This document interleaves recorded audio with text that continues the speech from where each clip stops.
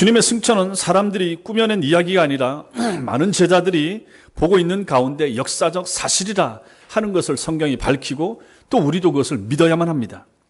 오늘 여기 9절에서 이 말씀을 마치시고 그들이 보는데 올려져 가시니라고 하는, 올려져 가다라고 하는 동사, 2절에 승천하다라고 하는 동사하고 똑같이 이것을 헬라어에서는 문법적으로 신적 수동태라 이렇게 말합니다.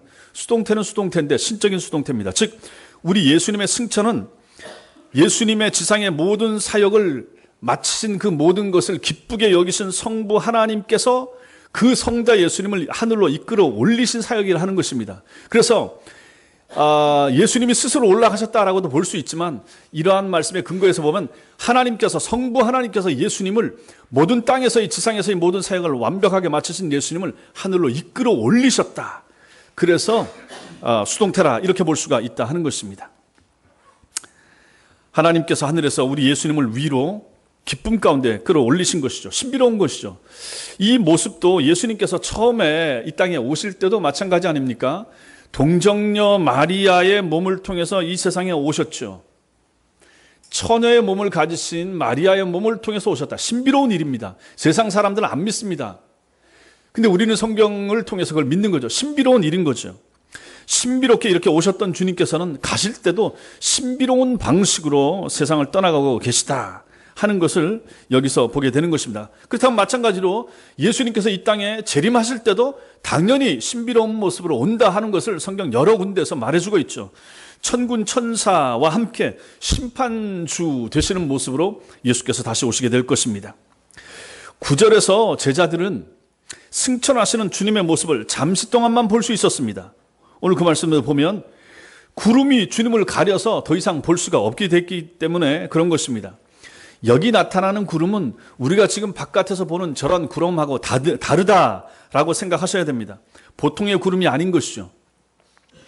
출애굽기 40장 34절에 보면은 구름이 회막에 덮이고 여호와의 영광이 성막에 충만하며 이렇게 말합니다.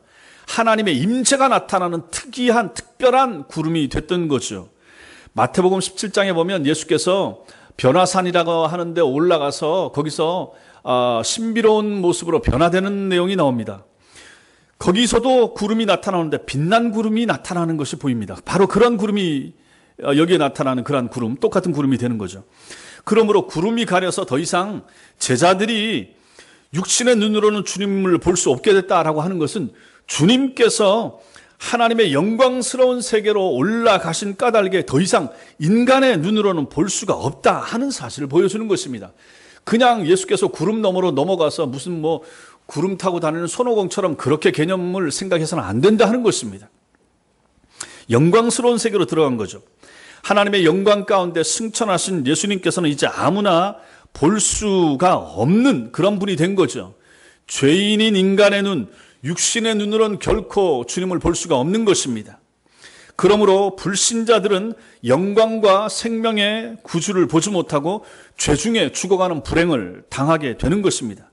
그렇다면 주님은 그렇게 결코 볼 수 없는 분이신가? 아니라 하는 것입니다. 육신의 눈으로 볼 수 없습니다. 예, 분명히 하셔야 됩니다. 사람의 눈으로는 보지 못합니다. 환상 봤습니다. 꿈에 봤습니다. 그건 꿈입니다. 환상입니다. 그것이 어떤 경우에는 정말로 나중에 우리가 주님 봤을 때의 모습일 수도 있지만은 그것만 의지해서 안 된다 하는 얘기입니다. 성경에 명확하게 나와 있지 않은 것은 그냥 개인적으로 하나님께서 부어주신 은혜로만 생각하고 넘어가면 되는 것입니다. 물리적인 우리의 눈 가지고는 절대로 볼 수가 없습니다. 하나님은 영이시라고 그랬습니다. 예수님도 영이십니다. 이 땅에 33년 사셨을 때만 하나님을 우리는 눈으로 볼 수 있었을 뿐이지 지금은 예수님 승천하시고 하나님 나라 가 계시고 성령으로 와 계시기 때문에 볼 수 없습니다. 예수 봤다 그러면 가짜입니다. 그래서 사기치는 그러한 이단 교주들이 육신의 몸을 입고 왔다. 전부 다 거짓말쟁이들이고 그 사람들을 전부 다 하나님께서 나중에 지옥에 쳐넣으실 사람들이 될 것입니다. 사람의 육신의 눈으로 볼 수가 없습니다. 그런데 볼 수가 있다. 무슨 눈으로 봅니까? 영적인 눈으로 보는 거죠. 영 안이 열려야 보게 되는 것입니다. 예수가 믿어지고 회심한 사람들만이 그래서 예수를 보는 것입니다. 저도 못 봤습니다. 여러분 중에도 예수 본 사람 없습니다. 우리는 예수를 보고 믿지 못합니다. 안 보고 믿습니다. 믿음의 눈으로 보고 믿는 거죠. 그 눈이 실제적으로 여러분과 저에게 중요하다 하는 것입니다. 육신의 눈으로는 사물의 겉모습을 보고 우리 이성의 눈 가지고는 사물의 본질을 봅니다. 그런 사람들이 철학자가 되고 사상가가 되고 이렇게 되는 것입니다. 거기까지는 세상에서 다 있을 수가 있습니다. 그러나 예수님을 보는 눈은 다르다라고 하는 것입니다. 하늘에 계신 예수 그리스도를 볼 수 있는 영적인 눈은 세상 사람들에게는 없는 눈이 되는 것입니다. 오직 거듭난 성도들에게만 있는 눈, 우리들에게만 필요한 눈, 하나님이 주신 눈, 이게 바로 영적인 눈, 영안이 된다 하는 것입니다. 이 눈이 있어야 예수를 보게 되는 거죠. 이 눈이 열린 사람만 예수님을 보게 되는 것입니다. 여러분에게 이 눈이 있는가 보셔야 됩니다. 이 눈이 있어야 예수가 보여지는 것입니다. 다시 말씀드립니다. 육신의 눈 가지고 예수 보는 사람 없습니다. 믿음의 눈이 필요합니다. 영적인 눈이 필요합니다. 그게 열려야 예수가 믿어지는 거예요. 그게 열려야 가슴이 뜨거워지는 거예요. 여러분이나 저나 그 눈 가지고 예수를 보는 것입니다. 그 눈 가지고 예수를 보다가 하나님 나라 가서 변화된 우리의 몸, 그 몸에 붙어있는 눈 가지고 하나님을 보게 될 것입니다. 예수의 승천. 두 번째로 우리가 여기서 보게 되는 것은 예수님의 재림에 대해서입니다. 기독교 신앙의 내용 중에 주님의 죽으심과 예수님의 부활을 제외한 가장 중요한 것이 재림입니다. 고기를 드십시오. 고기 드십시오. 한 주 한 번 딱 듣습니다. 목사는 이 날을 위해서 준비하고 여러분들을 위해서 설교를 준비합니다. 이 시간에 들으셔야 됩니다. 누구도 들으셔야 됩니다. 설교를 놓치면 천국이 멀어지는 것입니다. 저는 그렇게 생각하는 목사입니다. 하나님께서 역사하시는 것은 부족한 인간 목사를 세우셔서 그의 영성과 지성을 동원하셔서 그의 가슴을 울려서 나온 입술을 통해서 전해지는 설교를 통하여 하나님은 지금 역사하시는 것입니다. 설교를 잘 들으셔야 영혼이 고침을 받고 설교를 잘 들어야 영안이 열리게 되기 때문에 중요한 것입니다. 재림의 약속이 중요합니다. 우리는 이 말씀을 믿고 있기 때문에 세상 사람들과 다른 가치관을 가지고 다른 삶을 삽니다. 예수님 오신다. 재림이 있다. 세상 끝날이 있다. 그러니까 우리가 이렇게 주일날 모여서 힘들고 어렵고 피곤한데도 집에 있지 않고 교회 와서 예배 드리면서 하나님 앞에 선다 하는 것입니다. 재림이 있기 때문에 그렇다. 예수님의 재림이 여러분과 저 우리 신앙생활의 근본이고 기초가 됩니다. 그러면서도 성도들은 마음에 갈등을 일으킵니다. 재림 때문에. 그래서 성도들이 자주 묻습니다. 예수님이 정말 오십니까? 예수님이 오시면 언제 오십니까? 어디에 오십니까? 왜 아직 안 오십니까? 예수님이 올라가신 지 2000년이나 지났는데 왜 안 오십니까? 안 오는 거 아닙니까? 이거 믿어야 됩니까? 사기 아닙니까? 성경의 약속 진짜입니까? 그렇게 묻는 사람들이 여전히 주변에 있는 것입니다. 성경은 우리들이 관심을 두는 언제에 대한 답은 하지 않습니다. 언제 오신다 말하지 않습니다. 근데 강조하는 게 있습니다. 뭡니까? 반드시 온다. 꼭 온다. 이건 강조합니다. 마태복음 24장 찾아보겠습니다. 마태복음 24장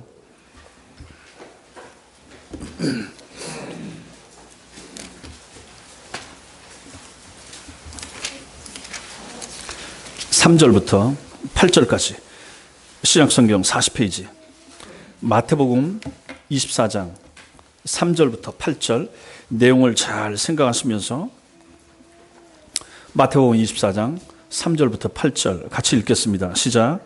예수께서 감람산 위에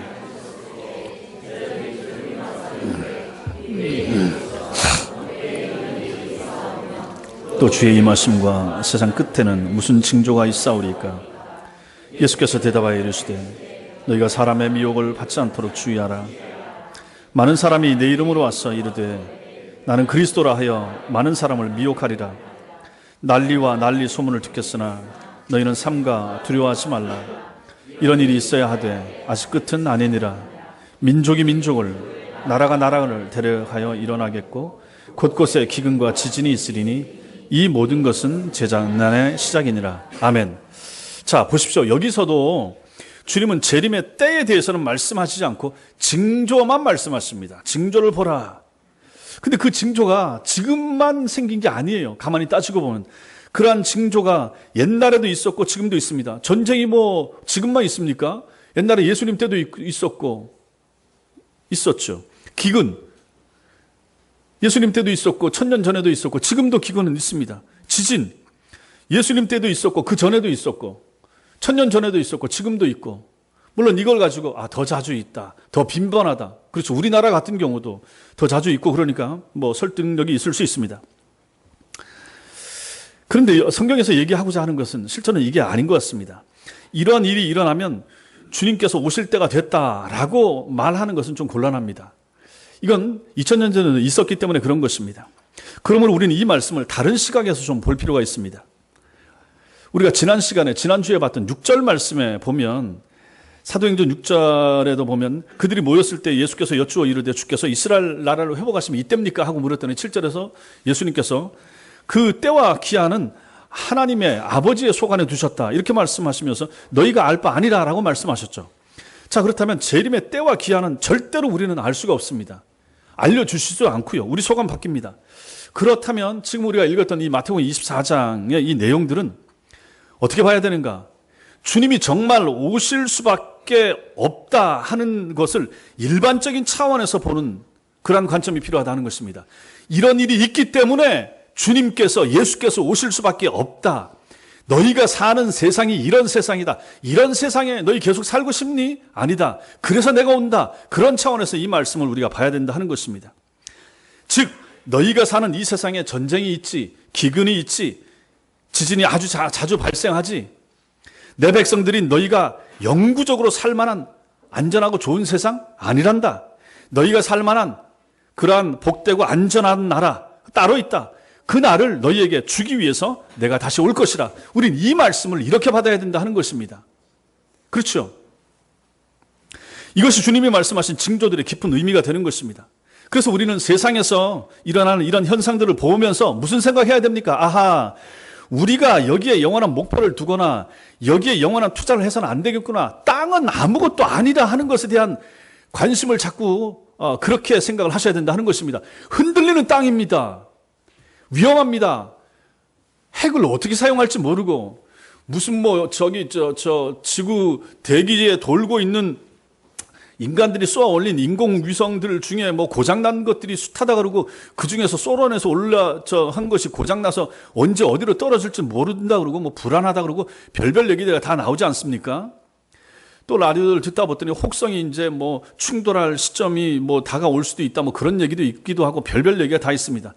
결국 이런 얘기들, 엘니뇨 현상이 있고 북극에 얼음이 녹고 무슨 하늘에 오존층에 구멍이 뚫리고, 이런 것은 다 뭘 얘기하는 것입니까? 너희가 사는 세상이 얼마나 불안전한가, 여기에 영원히 살만한 조건이 되는가 하는 것을 끊임없이 우리에게 얘기를 해주는 거죠. 미세먼지니 뭐니 해서 끊임없이 이런 일이 일어나는데, 조류독감부터 무슨 구제역이니 AI부터 해서 별별 것들이 다 일어나지만은, 그런 것들이 우리에게 또 알려주는 것이 무엇입니까? 너희가 사는 세상은 이토록 불완전하고 안전하지 못하다. 그러므로 내가 사랑하는 너희가, 내 백성이 살 땅은 여기가 아니라 하는 것을 주님께서 이러한 징조들을 통해서 우리에게 알려준다 하는 것입니다. 그러므로 여러분과 제가 여기에 투자하고 여기에 땅 사놓고 어디에가 살만하다더라, 캘리포니아 가면 거기 살만하더라, 플로리다 가면 거기 살기 좋고, 저 필리핀 어디 세부나 어디 가서 거기 안전하게 노년을 보내기 좋대더라, 지금 베트남 어디 같은 데더라, 이런 생각을 하지 말라 하는 것입니다. 거기 가서 몇십 년 사시려고, 거기 가서 얼마나 건강을 잘 챙기면서 얼마나 공기 좋은 데서 더 사시겠습니까? 그리고 나도 죽는 거예요. 주님께서 말씀하시는 큰 틀에서 이 말씀을 이해를 하시라 하는 것입니다. 그러면 문제는 종말이 왜 빨리 오지 않고 지체되고 있느냐 하는 것입니다. 그에 대한 답이 마태복음 24장, 우리가 아까 봤던 그 말씀 뒷부분에 나옵니다. 마태복음 24장 13절부터 13절, 14절, 거기 2절, 41페이지, 그거 같이 읽겠습니다. 시작. 그러나 끝까지 견디는 자는 구원을 얻으리라. 이 천국 복음이 모든 민족에게 증언되기 위하여 온 세상에 전파되리니 그제야 끝이 오리라. 보십시오. 예수님의 재림이 시간적으로 연기되고 있는 가장 큰 이유가 뭐라고 말합니까? 구원의 완성을 위해서 그렇다. 아직도 구원받아야 될 사람들이 더 남아있기 때문에 예수님 재림이 미뤄지고 있다, 이렇게 말씀하십니다. 복음이 모든 민족에게 더 전해져야만 되고, 그래서 그런 일들을 위해서 선교사님들이 여기저기로 복음이 못 미치는 곳에 떠나서 하나님 나라가 빨리 도래하기를 소망하면서 그렇게 선교지로 나가고 있지 않습니까? 베드로후서 3장 9절에는 주의 약속은 어떤 이들이 더디다고 생각하는 것 같이 더딘 것이 아니라 오직 주께서는 너희를 대하여 오래 참으사 아무도 멸망하지 아니하고 다 회개하기에 이르기를 원하신다. 이렇게 말씀합니다. 회개할 사람들이 더 있기 때문에 그들이 돌아올 날이 주님께서 하나님께서 기다리시고 계시는 시점, 이것이 바로 예수님 재림이 미뤄지고 있는 이유가 된다. 이렇게 말합니다. 그렇다면 여러분과 제가 예수님의 재림을 기다리는 이 기간은 뭡니까? 영적인 훈련의 기간이 되는 거예요. 훈련하는 기간입니다. 이 세상이 우리의 목적할 바도 아니고 우리가 가치를 둬야 될 그런 것도 아니고 여러분과 저의 보물을 쌓아둘 것도 아니라라고 하는 것을 분명히 하기 위하여, 그걸 알려주기 위하여 전쟁이 일어나는 거예요. 환란이 있는 거예요. 핍박이 있는 거예요. 그런 곳에 하나님께서 우리를 놔두신다, 이렇게 믿어야 된다 하는 것입니다. 근데 여기에 뭘 쌓아두시겠습니까? 여기에 자꾸 뭐 투자하기 위해서 애를 쓰시겠습니까? 자녀들에게 물려주기 위하여, 대를 이어서 잘 살도록 해주기 위해서, 그 자녀에게 뭘 물려주기 위해서 땅에 쌓아두시겠습니까? 어떤 의미에서는 하나님께서 우리를 이 땅에 내버려 두신 것 같이 그렇게도 말씀하고 있기도 하지만, 그것은 이 땅에 보물을 쌓아두면 안 되겠구나 하는 마음을 갖게 하기 위해서 하나님께서 우리를 안 도우시는 거 아닌가, 이런 생각이 들도록 하나님이 내버려 두신다 하는 것입니다. 이 땅에 어려움 당하잖아요. 힘들잖아요. 살기가 버거울 때도 있잖아요. 직장생활도 마찬가지고 가정생활도 마찬가지고 너무너무 힘들 때도 많고. 그러니까 불신자들이 자기 목을 달고 세상을 떠나고 자살하고 하지 않습니까? 이런 것을 보면서 여러분과 저는 생각해야 될 것이, 아하, 여기가 내가 영원히 살 곳이 아니라 하는 것을 생각하시라 하는 얘기입니다. 사람들에게 배신당하고 사업이 어려움 있고 집안에 문제가 생기고 하면서 그때마다 여러분과 제가 가져야 될 마음의 자세는, 그래서 주님을 봐야 되고 예수만 의지해야 되고 내가 영원히 살 땅은 여기가 아니구나 하는 것을 생각하시라 하는 얘기입니다. 어려움이 하나 지나면 또 오잖아. 좀 지나고 나면 어떤 때는 막 어려움이 한꺼번에 오잖아요. 화불단행이라고 여러 가지가 그냥 갑자기 막 들이닥치기도 하고, 그때마다 생각해야 될 것은 우리가 영원히 보낼 곳, 나의 영혼을 보내야 될 세상은 여기가 아니라 하는 것을 생각하시라 하는 것입니다. 그것을 일러주기 위해서 주님이 그런 것을 우리에게 허락하시는 거예요.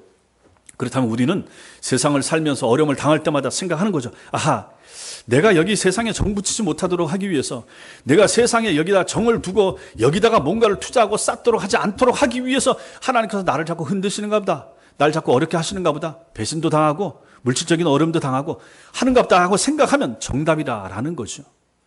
그렇게 훈련받는 기간이 바로 이 땅에 살아가는 기간이 되는 것입니다. 예수님이 재림하시는 그때까지 여러분과 저에게 이 일은 끊임없이 있을 것입니다. 아픔이 없어지게 해주세요. 고민이 없어지게 해주세요. 병이 다 낫게 해주세요. 병 안 걸리게 해주세요. 그렇게 구할 필요가 실제로 없는 거죠. 없는 거죠. 그렇게 참된 하나님의 백성은 그렇게 기도한다고 해서 또 응답되지도 않고요. 우리는 그렇게 소망하지만 주님이 원하시는 건 거기에 있지 않는 거예요.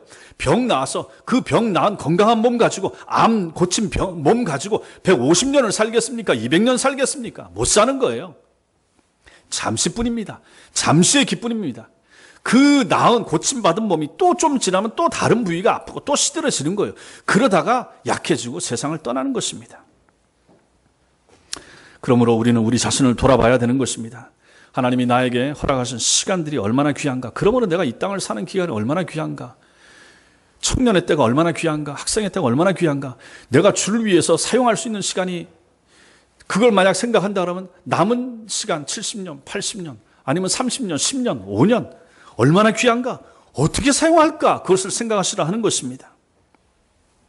나는 지금 혹시 보물을 지금 땅에 쌓아두고 있는 거 아닌가, 땅의 것을 뭔가 얻기를 위해서 이렇게 밤잠 못 자고 이렇게 힘들게 이렇게 버겁게, 때로는 주일날 교회도 빠져가면서 내가 그렇게 사는 거 아닌가, 내가 이거 잘 사는가, 내가 지금 바른 길을 가고 있는 것인가, 그렇게 한번 묻고 생각해 보시라 하는 것입니다.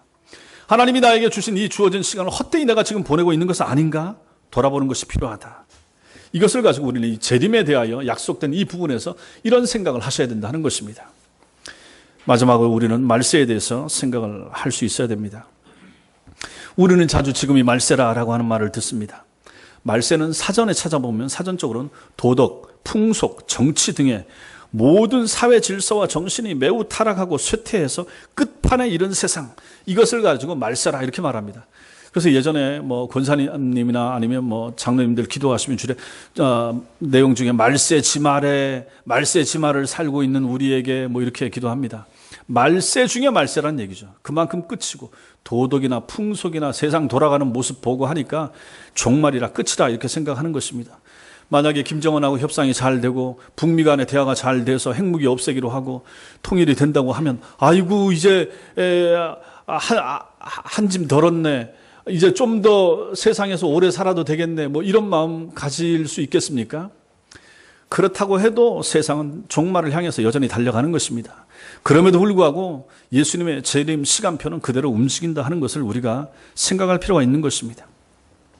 우리는 이 말세라고 하는 이 말의 의미를 좀 더 정확하게 알 필요가 있습니다. 창세기 5장을 통해서 우리는 말세가 정말 사전적 의미가 맞는가 확인할 필요가 있는 것입니다. 성경적으로는 말세를 그렇게 보고 있지 않는 거죠. 창세기 5장 한번 찾아보십시오. 맨 앞으로 넘기셔서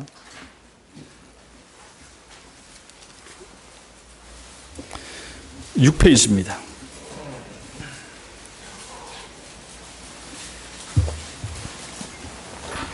창세기 5장에 보면 아담과 그 후손들의 족보와 수명이 기록되어 있는데 이게 이제 5장에 나옵니다. 그 족보에 보면 대다수의 사람들이 900년 이상이나 살고 죽은 것으로 나옵니다. 그런데 한 사람, 죽음을 경험하지 않고 세상을 떠난 한 사람, 에녹이라고 하는 사람이 나옵니다. 이 사람에 대한 내용이 나오는데 창세기 5장 21절부터 24절까지 21절부터 24절 같이 읽겠습니다. 시작. 에녹은 65세에 무드셀라를 낳았고 무드셀라를 낳은 후 300년을 하나님과 동행하며 자녀들을 낳았으며 그는 365세를 살았더라. 에녹이 하나님과 동행하더니 하나님이 그를 데려가심으로 세상에 있지 아니하였더라. 에녹은 전 인류 가운데에서 엘리야를 제외하고는 유일하게 죽음을 경험하지 않고 천국에 들어간 사람입니다. 왜 이렇게 됐을까? 그 이유를 만약에 이 성경에서 찾는다면 하나님과 동행했기 때문이라 이렇게 표현을 하고 있습니다. 자, 그렇다면 참 대단한 신앙인이다. 하나님과 동행했다. 매 순간 하나님과 동행하면서 살았다. 우리도 그렇게 살기를 소망하지만 안 될 때가 얼마나 많습니까? 근데 이 에녹은 300년 동안이나 하나님과 동행했다. 얼마나 하나님과 딱 붙어서 하나님이 원하시는 방향대로 말하고 하나님이 기뻐하시는 생각을 하면서 살았으면 이렇게 성경에서 그의 남은 생애 300년을 표현하기를 하나님과 동행했다라고까지 그렇게 기록했을까? 대단한 사람 아니겠습니까? 그럼 에녹은 어떻게 하나님과 동행하는 신앙을 갖게 됐을까? 이것을 우리가 좀 알아볼 필요가 있습니다. 그런데 성경에는 그에 대한 명확한 설명은 나오지 않습니다. 근데 자세히 살펴보면 이 에녹이 이 땅을 살았던 기간이 365년이라고 기록하고 있습니다. 365년인데 하나님과 동행한 기간은 그가 아들 무드셀라를 낳은 후 300년이라고 표현을 하고 있습니다.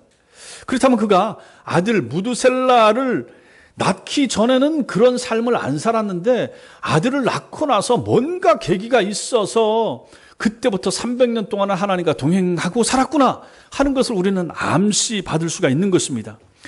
아들을 낳은 것, 무드셀라를 낳은 것이 에녹 신앙에 무슨 결정적인 어떤 전기가 됐다 하는 것을 우리가 보게 되는 거죠. 그렇다면 이 아들이 뭐길래? 아들 이름이 무드셀라입니다. 무드셀라가 성경에서 가장 오래 산 인물로 나오죠. 969세, 제일 오래 살았습니다. 1000년 가까이 살았으니까요. 이 무드셀라라고 하는 이름의 뜻이 그가 죽을 때 심판이 임한다 그런 뜻입니다. 그가 죽을 때 심판이 임한다. 그가 죽으면 심판이 온다. 우리는 에녹이 하나님으로부터 어떤 계시를 받고 그 아들의 이름을 무드셀라라고 지은 것으로 추정할 수 있습니다. 성경에 나오는 이름들이 전부 다 의미가 있잖아요. 근데 그 의미 중에 무드셀라는 그가 죽을 때, 그러니까 이 아이가 죽을 때 심판이 임한다. 그걸 가지고 하나님께서 에녹에게 아들을 낳아서 아들 이름을 지어야 되는데 어떤 계기로 어떤 모양으로 줬는지 모르지만 그러한 것을 줬기 때문에 그 계시를 받고 무드셀라라고 하는 이름을 에녹은 자기 아들에게 그러한 좀 특이한 이름을 붙여줬다 하는 것입니다. 생각해 보십시오. 그 아이가 자라면서 이름 때문에 놀림받았을 수 있죠. 특이한 이름 가지고 있으면 우리들도 놀리잖아요. 야, 네가 죽으면 세상에 종말이 오냐? 너 한번 죽여볼까? 뭐 별별 얘기 다 하고 뭐 이러지 않았겠습니까? 어쨌든 그런 이름을 가지고 살았던 거죠. 말하자면 하나님께서 에녹에게 찾아오셔서 이렇게 말씀하셨을 수 있습니다. 내가 이 죄악된 세상을 심판하겠다. 너무너무 세상이 썩었다. 내가 너에게 아들을 줄 텐데 그 아들이 죽는 날이 내가 세상을 심판하는 날이 될 것이다. 그러니 내 아들의 이름을 그가 죽으면 심판이 임한다. 무드셀라라고 짓거라. 이렇게 하나님이 에녹에게 주신 것으로 우리는 생각할 수 있을 것입니다. 창세기 5장에서 우리는 에녹이 아까도 말씀드렸지만 무드셀라를 낳기 전에 하나님과 동행했다라는 기록은 보지 못합니다. 무드셀라를 낳은 후 300년 동안 하나님과 동행한 것으로 나옵니다. 즉 이게 왜 이렇게 됐겠습니까? 그때는 이러한 심판의 경고를 무드셀라 에녹이 받지 않은 거죠. 그러니까 그때도 믿음 생활을 했겠지만은 완벽하게 동행하는 삶을 살지 못했다가 이제 이 아들 낳는 이 시점에 그러한 메시지를 받고 나서는 삶이 완전히 바뀌어진 거죠. 심판에 대한 하나님의 경고의 말씀을 들은 에녹은 그 아들 무드셀라를 바라보면서 무슨 생각이 들겠습니까? 이 애가 죽으면 심판이 임한다. 그러므로 애가 죽으면 안 되는 거예요. 아들이 자기보다 오래 산다는 보장이 없잖아요. 옛날이든지 지금이든지. 이 아이가 살아야 되는 거, 오래 살아야 되는 거죠. 아이 낳기 전에는 그런 마음이 없었는데 이 아이가 태어나고 보니까 언제 죽을지 모르잖아요. 1살에 죽을지, 3살에 죽을지, 10살에 죽을지. 그러니까 긴장하면서 신앙생활, 하나님과 동행하는 생활을 안 할 수가 없게 된 거예요. 그 아들을 보면서 저 아이들이 죽으면 하나님의 심판이 임하니까 정말로 깨어서 정신 바짝 차리고 신앙생활을 할 수밖에 없게 됐다 하는 것입니다. 그렇게 매일매일을 산 거예요. 그렇게 살다 보니까 얼마를 살았습니까? 300년이라고 하는 시간을 살게 된 거예요. 그러다가 하나님께서 아예 에녹을 데리고 하늘로 그냥 올라가 버리셨다 하는 것이 성경에 기록이 되는 것입니다. 쉽게 말해서 에녹의 입장에서는 무드셀라가 태어나기 전에는 아무렇게 살아도 괜찮았지만 그가 태어난 이후에는 언제 하나님의 심판이 임할지 모르기 때문에 긴장하고 살아야 했던 것입니다. 다행히도 이 무드셀라가 아버지보다도 오래 살았고 성경에 나오는 그 어떤 인물보다도 더 오래 969세나 살았습니다. 근데 바로 이것이 성경이 말하는 말세라 하는 것입니다. 이게 이제 말세인 거예요. 말세라고 하는 것은 기간이 언제부터인가 이게 아니고 언제부터 언제까지인가 이게 말세가 아니고 순서에 관한 것이 되는 것입니다. 순서입니다. 성경의 모든 예언이 다 이루어졌고 마지막 하나 남은 것이 무엇입니까? 재림이죠. 그렇기 때문에 말세라 하는 것입니다. 다 이루어지고 하나 남은 것이 재림인데 재림만 남았기 때문에 지금 여러분과 제가 살아가는 세상이 말세라 하는 것입니다. 그것 외에는 없습니다. 에녹식으로 말하자 그러면 예수님이 이 땅에 오실 때까지는 마음 놓고 함부로 막 대충 살아도 쉽게 말하면 괜찮았다 하는 것입니다. 재림 때가 심판 날이기 때문에 첫 번째 오시는 사건까지는 안심하고 살 수가 있었습니다. 그러나 주님이 오셨다가 가신 다음에는 예수님이 언제 오실지 이제 모릅니다. 시간을 정해놓지 않으셨기 때문에 날과 기한은 모르기 때문에 그러므로서 그렇기 때문에 정신 바짝 차리고 살아야 되는 거죠. 그리고 500년 지나고 그리고 500년 지나고 또 500년 지나고 또 500년 지나서 이제 2000년이 된 거예요. 이제 주님께서 심판하시는 그 시간 사건까지는 남아있는 다른 사건과 순서가 없고 오직 재림만이 남아있고 그날에는 세상이 마감되는 심판이 이루어질 것이라 하는 것입니다. 그래서 말세라라고 부르는 것입니다. 이제 마지막 남은 약속 하나, 성경 모든 약속이 다 이루어졌는데 하나 남은 약속, 예수님 재림에 대한 약속이 남아있기 때문에 말세가 되는 것입니다. 시간의 기간이 얼마나 어디부터 어디까지가 아니라 마지막 남은 약속이 하나 남았기 때문에 예수님이 승천하시고 그때부터 말세가 시작돼서 예수님이 언제 오실지 모릅니다. 내년에 오실지 10년 뒤에 올지 모르지만 그때까지 그 약속이 이루어질 때까지 그때를 말세라라고 부른다 하는 것입니다.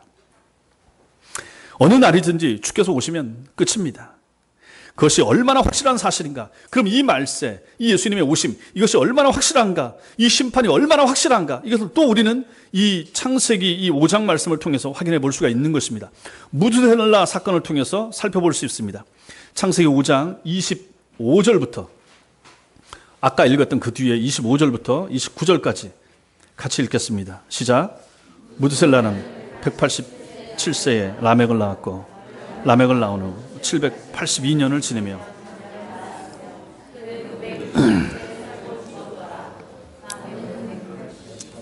예, 아들을 낳고 이름을 노아라 하여 이르되 여호와께서 땅을 저주하심으로 수고롭게 일하는 우리를 이 아들이 안위하리라 하였더라. 예, 29절까지.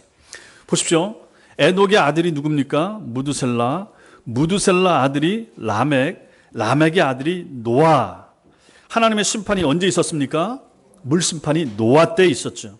근데 이 연대가 흥미롭습니다. 무두셀라가 그 아들 라멕을 낳은 나이가 187세입니다. 그리고 이 라멕이 자기 아들 노아를 낳았을 때가 182세입니다. 그러니까 노아가 태어났을 때 할아버지 무두셀라 나이가 몇입니까? 369세가 되는 거죠. 저 뒤에 보십시오. 창세기 7장 11절부터 뒤에 넘기면 창세기 7장 11절 12절. 창세기 7장 11절 12절 시작. 노아가 600세 되던 해 둘째 달 곧 그 달 11의 날이라. 그날에 큰 기품의 샘들이 터지며 하늘의 창문들이 열려 40주야를 비가 땅에 쏟아졌더라. 예, 홍수는 노아 나이 600세에 일어납니다. 그때 노아의 할아버지 무두셀라 나이는 몇 살입니까? 969세가 되는 것입니다. 무두셀라가 나이 969세에 죽었고 그 이름의 뜻이 그가 죽을 때 심판이 임한다 였던 것입니다. 그가 죽을 때 노아가 나이 600세 때 홍수가 나서 그 사건이 일어났다. 여기서 우리가 알 수 있는 것은 하나님께서는 그가 말씀하신 것은 정확히 지키시는 분이라는 사실을 여기서 보게 되는 것입니다. 에녹을 통해서 무두셀라를 낳게 하시고 그의 생명 969세가 끝나는 그때 그 시점이 노아가 600세고 노아 600세에 노아 홍수가 일어나는 것을 통해서 보니까 아하, 하나님께서 한번 약속하시고 말씀하시면 하나님은 바꾸지 않는다. 1년 1초도 안 바꾸시는 분이시다. 그럼 이만큼 분명하게 심판은 임한다 라고 하는 것을 여기서 확인하게 되는 것입니다. 무두셀라가 이렇게 오래 산 것도 상당한 의미가 있죠. 왜 오래 살았는가? 아까 우리가 말씀을 봤던 것처럼 하나님께서 심판을 늦추시는 거죠. 그 시대 그 백성들이 회개하고 돌아오기를 위하여. 그래서 노아로 하여금 산 위에다가 방주를 짓게 하면서 사람들로 하여금 그 경고를 받게 한 거죠. 배를 산 위에 짓는 사람 어디 있습니까? 산 위에 짓는 것을 보면서 사람들은 이상하게 생각했고 물었을 텐데 그때 노아는 말했겠죠. 하나님이 심판하십니다. 하나님의 심판이 있을 것입니다. 언제라고 말 안 하고 심판이 있을 것입니다. 돌이켜야 됩니다. 믿음 생활 잘하셔야 됩니다. 그런데 사람들이 다 웃은 거죠. 비웃은 거죠. 그 심판을 웃은 거죠. 안 믿은 거죠. 그러다가 멸망당했다라고 하는 것을 이 말씀이 우리에게 가르쳐 주는 것입니다. 이처럼 주님의 재림의 날이 언제일지는 모르지만 임한다, 심판은 있다 하는 거 분명합니다. 데살로니가 전서 찾아보겠습니다. 저 뒤에 이제 신약으로 가서 데살로니가 전서 5장 신약성경 332페이지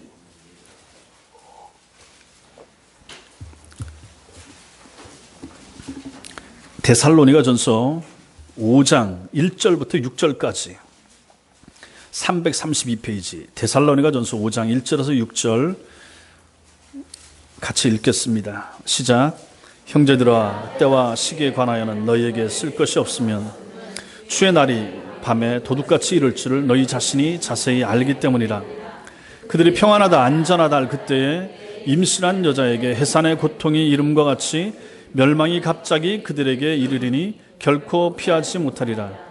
형제들아 너희는 어두움에 있지 아니하매 그날이 도둑같이 너희에게 임하지 못하리니 너희는 다 빛의 아들이요 낮의 아들이라.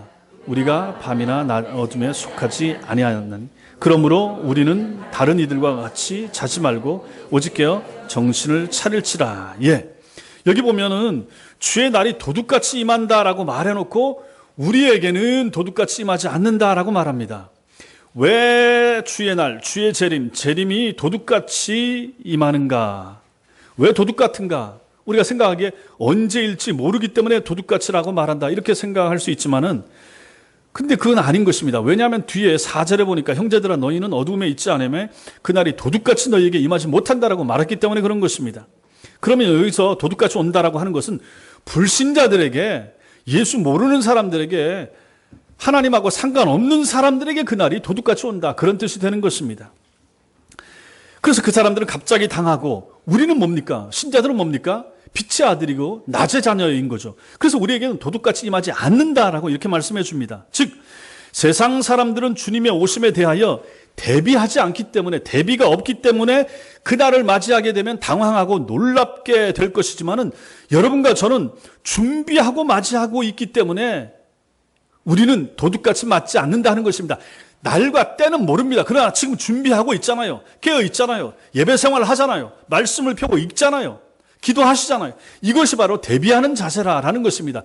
이러한 자세를 가지고 살면 도둑같이 임하는 게 아닌 것이 된다 하는 것이죠. 그러므로 놀랄 필요가 없는 것이죠. 이게 바로 어떤 생활의 자세를 말하는가? 그럼 우리는 어떤 생활의 자세가 필요한가? 누가복음 17장 찾아보겠습니다. 또 앞으로 넘기셔서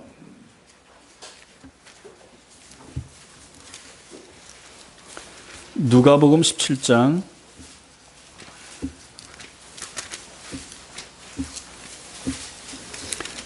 26절부터 30절 125페이지 신약성경 125페이지 누가복음 17장 26절부터 30절 같이 읽겠습니다. 시작. 노아의 때 된 것과 같이 인자의 때에도 그러하리라. 노아가 방주에 들어가던 날까지 사람들이 먹고 마시고 장가들고 시집가더니 홍수가 나서 그들을 다 멸망시켰으며 또 롯의 때와 같으리니 사람들이 먹고 마시고 사고 팔고 심고 집을 짓더니 롯이 소돔에서 나가던 날에 하늘로부터 불과 유황이 비오듯 하여 그들을 멸망시켰느니라. 인자가 나타나는 날에도 이러하리라. 보십시오. 이것이 도둑같이 임한다라고 하는 뜻이 되는 것입니다. 여기에 두 가지 내용이 비유가 나타납니다. 하나는 소돔과 고모라 멸망의 케이스이고 또 하나는 노아의 홍수의 경우가 되는 것입니다. 주님께서 여기서 예를 드는 것은 주님께서 이 땅에 오시는 때에도 세상 사람들은 주님의 오심에 대한 준비가 없을 것이라 하는 것입니다. 예수님 오심에 대한 준비를 하지 않고 살기 때문에 그들에게는 예수님 재림이 도둑같이 임하게 되는 것입니다. 그리고 사람들은 옳고 그름을 분별하지 못하는 거죠. 그래서 뭐가 옳은지 뭐가 그른지, 교회 나가야 되는지 성경 믿어야 되는지, 이게 참인지 진리인지 거짓인지 모른다 하는 것입니다. 그래서 여기에 등장하는 게 뭡니까?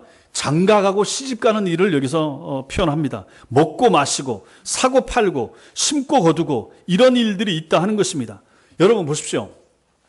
이거 자체는 우리가 살아가는 세상에 꼭 필요한 일들이 되는 것입니다. 우리의 일상생활, 일상삶을 다 이렇게 표현하는 것입니다. 이건 죄가 아닙니다. 당연히 이렇게 하고 살아야 되는 거죠. 이거 하지 말라는 것도 아닙니다. 일을 하고 살아야 되는 거죠. 근데 이게 왜 문제입니까? 이거밖에 모르면 문제가 된다 하는 것입니다. 여기에 얽매여 있기 때문에 문제가 되는 것입니다. 위의 것을 생각하지 않고 재림을 생각하지 않고 예수님 오심에 대하여 생각하지 않고 머리를 땅에 박고 땅의 것만 가지고 허덕허덕하면서 살게 되면 이것이 이제 죄가 되고 문제가 되고, 이럴 때 예수님 오시면 이 사람은 땅만 봤기 때문에 도둑같이 주님이 임하시는 것이 된다 하는 것입니다. 먹고 마시고 장가가고 시집가는 일이 잘못은 아니지만 그것만 생각하면, 거기에 목매면 이게 죄가 된다 하는 것입니다. 마태복음 6장 33절에 너희는 먼저 그의 나라와 그의 의를 구하라. 그리하면 이 모든 것을 너희에게 더하신다. 주님이 약속하지 않았습니까? 먼저 구할 것이 있는데 먼저 구할 것을 구하지 아니하고 땅의 것을, 내 육신에 속한 것만 구하고 거기에 얽매여서 허덕거리면서 그것을 먼저 우선시하고 살아가다가 멸망하게 될 것을 이렇게 경고하고 있는 것입니다. 먼저 구할 것을 구하지 아니하고 위의 것, 천국의 것, 하늘의 것, 소망을 둬야 될 것, 예수님 재림에 대하여서 생각하지 아니하고 장가가고 시집가고 땅에 있는 것, 여기에 마음과 정신이 팔려서 살아가는 그 사람들의 모습을 가지고 말세라라고 말하는 것입니다. 그래서 위험한 것이 되는 것이고, 그래서 그 사람들은 예수님이 재림하면 도둑같이 임하게 되는 것입니다. 그래서 여러분과 저는 정신을 바짝 차리고 살아가는 것이 필요하다. 이게 말세를 사는 여러분과 제가 생각해야 될 부분이라 하는 것입니다. 사랑하는 성도 여러분, 여러분과 저는 지금 말세를 살고 있습니다. 주님의 마지막 재림 약속만 남았다. 그래서 이 시대를 말세라라고 말하는 것입니다. 주님은 언제 오실지 아무도 모릅니다.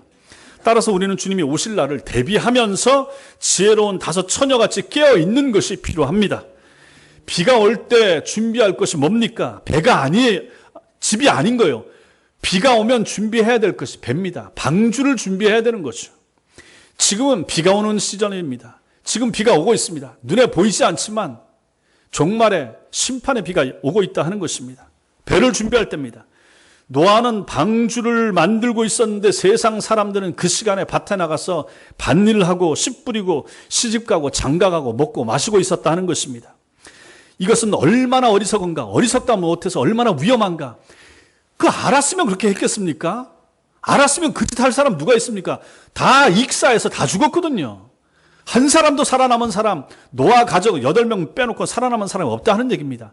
근데 여러분과 제가 이 말씀을 받을 때 이게 성경의 이야기, 신화처럼 뭐 박격허서의 이야기라든지 무슨 뭐 고주몽의 이야기처럼 만약 받는다 그러면 우리도 소망이 없는 것입니다. 신화가 아니라는 것입니다. 성경에 나오는 내용은 아까 우리가 무드셀라에서 봤던 것처럼 하나님이 말씀하신 것 중에 시건하는 거 있습니까? 헛된 말 있습니까? 거짓말한 거 있습니까? 하나님이 약속하신 것 중에, 예수님 약속하신 것 중에 안 지켜진 거 있습니까? 없는 거죠. 다 지켰습니다. 다 이루어졌습니다. 하나 남았습니다. 예수님 재림만 남았습니다.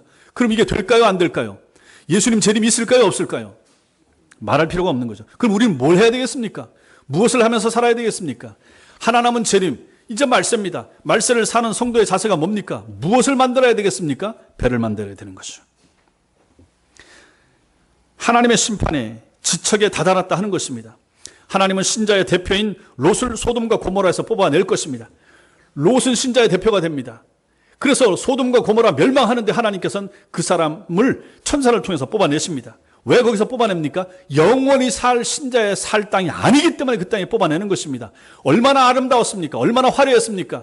롯의 아내가 그 땅에 들어가서 살고 싶을 만큼 화려한 거죠. 백화점이 있고 화려하고 골프 치고 여행 갈 수 있고 레저도 즐길 수 있고 먹고 싶은 거 다 맛집 찾아다니면서 먹을 수 있고 맛볼 수 있고 누릴 수 있고 하고 싶은 거 다 할 수 있는 장소, 거기가 바로 소돔과 고모라 아닙니까? 그러나 신자가 살기에 적합한 땅입니까? 아니라 하는 것입니다. 마음을 거기에다 두면 멸망해서 소금 기둥이 되면서 그렇게 멸망에 갈 수 있다는 사실을 성경이 우리에게 알려주고 있는 것입니다. 신자는 거기서 나와야 됩니다. 뽑아내야 되는 거죠. 거기서 나와야 되는 거죠. 우리가 살 땅은 그 땅이 아니라 하는 것입니다. 유황불로 태워버릴 땅, 그 땅에서 이 땅이 내 땅이다, 여기까지 내 땅, 여기에 등기하고 이 집 사기 위해서 쫓아다니고 저거 투자하기 위해서 애를 쓰고 그렇게 사시겠습니까? 아니라 하는 것입니다. 이 땅에서 경제생활을 하더라도 마음은, 정신은 하늘을 바라 하는 것입니다. 재림을 잊어서는 안 된다 하는 것입니다. 아무리 급해도, 아무리 바빠도, 아무리 정신없어도 주일 예배는 지키고 하나님 앞에서 기도할 시간은 지키고 하나님 앞에서 해야 할 일은 잘 감당하고 하나님의 사람들이 모이는 교회를 사랑하는 마음은 놓쳐서는 안 된다 하는 것을 이 말씀을 통해서 여러분과 저는 교훈을 받아야 된다 하는 것입니다. 우리는 영원한 것을 준비하며 살도록 부름받은 참으로 놀랍고 위대한 백성들이기 때문에 그런 것입니다. 이 말씀을 제가 이렇게 설교를 해도 받는 사람 받지만 혹시 못 받는 사람은 소용이 없는 것입니다. 들으셔야 됩니다. 하나님이 우목사를 통해서 여러분 영혼에 유익한 것을 이 시간에 주신다라고 받으셔야 여러분들이 소망이 있고 훗날에 그 말씀을 가지고 여러분들이 깨어서 정신 차리고 배를 만들면서 재림을 준비하고 말세 사는 성도답게 살 때 예수님이 오시면 우리는 당황하거나 허겁지겁하거나 놀라거나 그러지 않을 것입니다. 그래서 당당하게 주님 앞에 서면서 아멘 주 예수 오시옵소서. 예 주님 감사합니다. 기다렸습니다. 저 데려가시죠. 그러면서 하나님 나라에 들어가게 될 것이라 하는 것입니다. 이 말씀을 경고로 받으시고 깨어서 종말을 준비하고 깨어서 말세를 사는 경건한 하나님의 백성들 다 되시기를 주님의 이름으로 축원합니다. 기도하겠습니다.